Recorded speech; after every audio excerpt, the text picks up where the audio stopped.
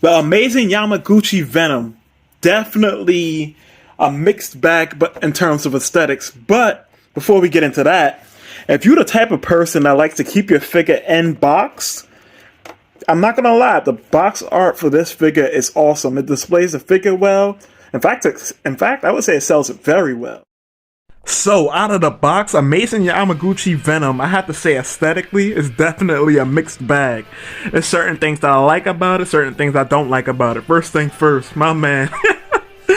Yo, let's zoom in on him real quick.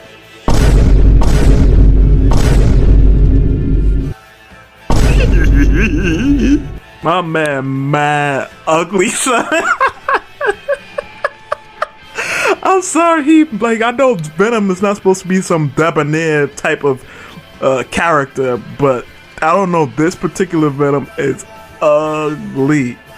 But that aside, of course, Venom, for the most part, I like that he's so big and broad, but at the same time, he's short. He's a little too short, in my opinion, for how big and broad he is. And that is I find that a bit interesting, especially when you have him up against certain other, Spider-Man figures, and there goes your obligatory size comparison, as I put more Spider-Man up here. But he's so big and broad, and then his legs look kind of short. My man out here looking like Johnny Bravo. Well, I don't know. It's something a little off. Up top, solid. Now again, rock hard. Didn't work on his legs that much. Of course, when you get a Revoltech figure, you know that the certain joints is just gonna completely destroy the sculpt of the figure. So definitely be on the lookout for that. But yeah, he has this bluish tint to him. Now, this, you could take it or leave it. But personally, how I think they should have done it is, if you have the Mafex black suit Spider-Man, you know that he's painted all black, but he has blue shading, and I think that's how they should have did it here. But this Venom, he comes off as a really, really dark navy blue, metallic navy blue. For the spider logo on his body, I don't remember the spider logo ever being built quite like that. Whereas it gets skinny and then it gets wide, super wide again. Or maybe I'm tripping. I'll put some pictures up on the screen and maybe I'll put a correction in the video. As far as everything else, muscle detail and things of that nature looks good enough. It looks pretty good. All the veins going throughout looks pretty good. This is, to be honest, not a preferred look for me for Venom. But with that being said, what is Venom without, some expression? So for Venom's accessories, he doesn't come with a lot at all, but starting off with the main accessories, he comes with 4 tendrils, and each one plugs into his back like so, in 4 different areas on his back.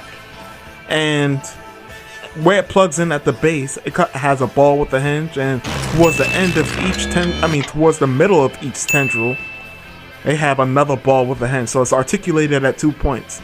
I think they are fine enough. I think they may be a little bit too angular, but that could be because of the stylization of Revoltech in general. But with tendrils and stuff, I would expect it to be a bit more tentacle-like and less, for lack of a better way of describing it, more, I would say, tree branch-like, for lack of a better way of describing it. But, their hair, I guess they're cool enough. Not quite my cup of tea.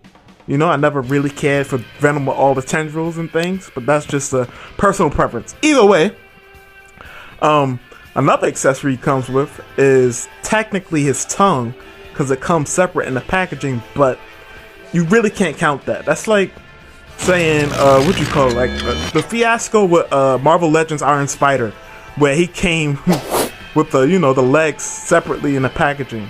You can't count the legs as a accessory because Iron Spider is supposed to have the legs. Venom is supposed to have the tongue. So I'm not counting that, but it comes separately in the packaging. He comes with, now, this next part is kind of weird. They don't give you an extra head, but if you peel the top of his head off, you get another, I don't even know what you would call this. For lack of a better term, you get another piece that you can place on the top of his head, like mask, like piece, and it definitely adds more attitude and expression. It makes him almost look cocky with that expression. But definitely a weird implementation of that. I don't really know how to describe. This is a very weird accessory. I think it makes him, like I said, makes him more expressive and whatnot. Now, the last bit of accessories, of course, you get your standard Revoltech stand. You know, stand power! And, you know, some assembly required. And also, you get some pegs. Now, these extra pegs, I'm not sure where they go. I'm not sure if they're for the wrist or for the ankle, but it's for one of the two. So, if yours ever, I guess, you never need to replace them or have tighter ones, there you go. But with that being said, that about does it for the accessories. Now, moving on to the articulation.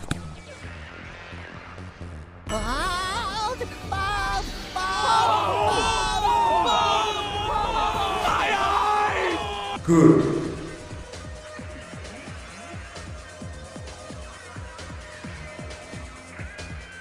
Good. Meh. Great.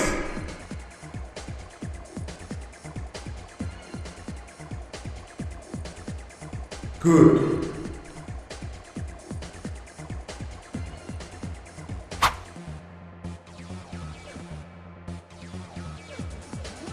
Incredible. Great.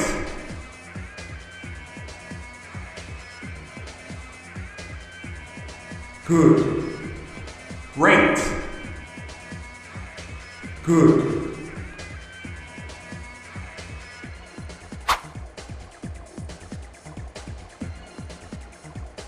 Great.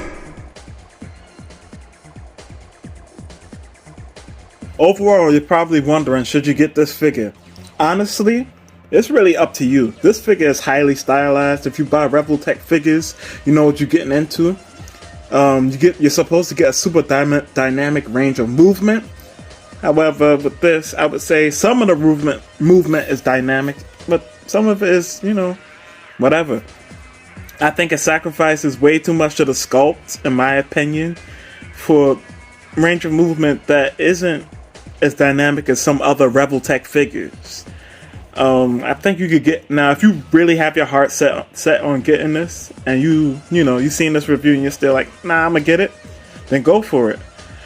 Otherwise, if you want a Venom figure, you could try the Marvel Legends 2-pack with Null and Venom, or you could get that new 3-pack that was an Amazon exclusive, if you could get your hands on that. What was it called? The Life Foundation 3-pack?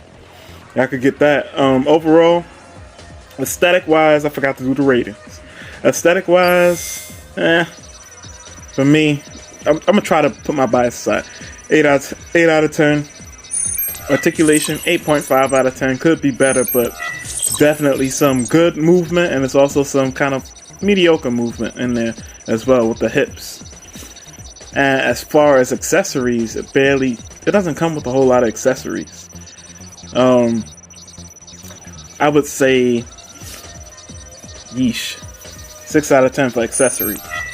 Overall, I personally don't think it's worth the money, but if you really like this particular Venom figure, go for it. I think there's better alternatives, but I think that's some of my bias coming out because I don't really care for this aesthetic for Venom. And also another thing about the aesthetic, like I know I made a whole bunch of jokes earlier in the video about it, but I guess you could kind of make up for it by saying, like, you know, Venom could augment his size and whatnot. But, you know, still, partially he's imposing, but I don't know. He just doesn't tickle my personal fancy. With all that being said, hope you enjoyed the review. Also, if you made it to the end of the video, tell me about what y'all think about this new review style. With that being said, peace out.